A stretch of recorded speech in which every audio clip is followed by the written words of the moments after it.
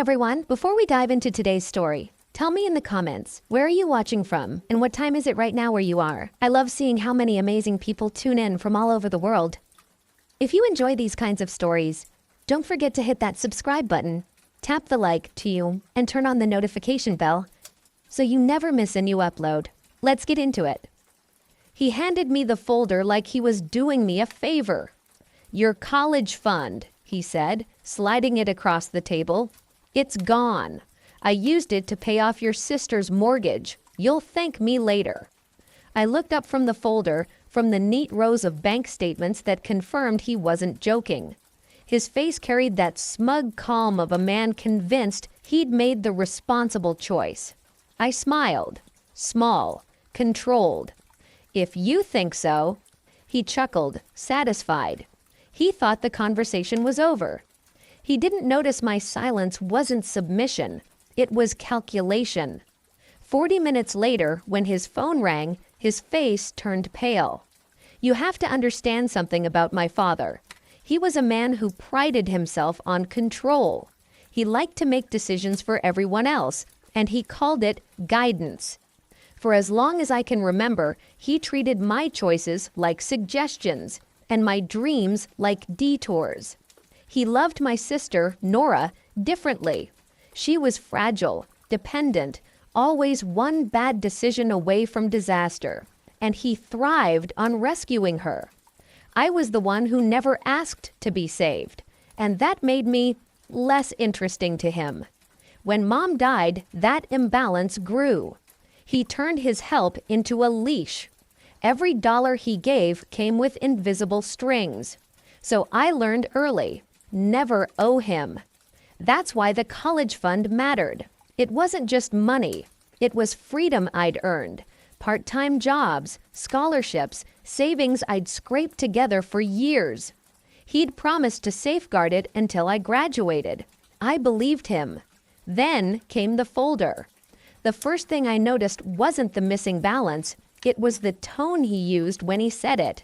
Like it was a moral triumph. Like betraying me was an act of love.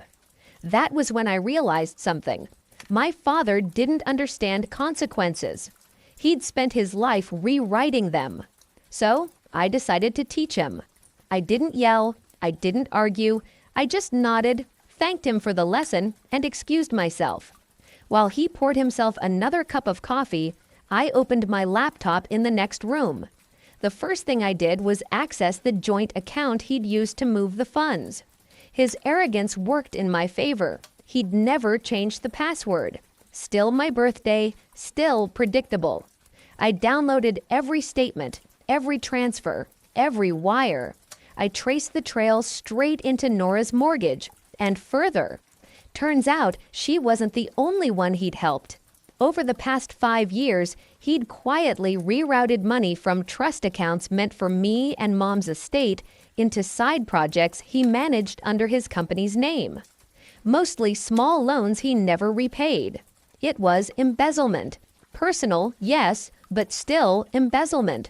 And he'd done it under his firm's corporate umbrella. I didn't need revenge. I needed precision. I started by contacting the firm's auditor, an old acquaintance from college, someone who owed me a favor. I asked her to verify a few documents for an upcoming family dispute. She didn't need to know more. 3 days later, she called back. Her tone was cautious. "You know these transfers, they look like internal misuse of funds. Do you want me to flag them?" "Yes," I said, "flag everything." The next morning, his company's compliance department opened an internal investigation. Quietly, discreetly. They sent him an email requesting clarification on several discrepancies. He ignored it. Of course he did. He thought he was untouchable. But the investigation didn't stop there. When auditors pull a thread, they don't stop at the first knot. Within a week, his partners were aware. Within 2, the board demanded explanations. And by the time they found the forged authorization letters, the ones he'd signed in my name, the silence around him had become unbearable. That brings us back to the kitchen table. He thought we were having a normal Saturday morning conversation. He thought I was still the obedient daughter who'd take the blow quietly. But I'd already done everything. The calls were made, the files sent. 40 minutes after he told me he'd used my college fund to help my sister, his phone rang. He picked up, expecting a routine call.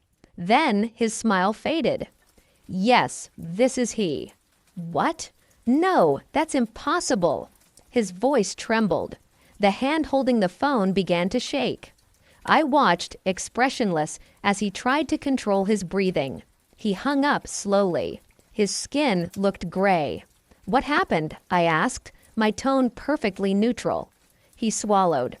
It's a misunderstanding. Someone reported me to the board. They're investigating my accounts.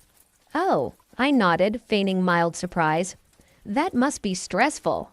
His eyes searched mine. Maybe he saw it then, the quiet satisfaction behind my calm. Maybe not, but he knew something was off.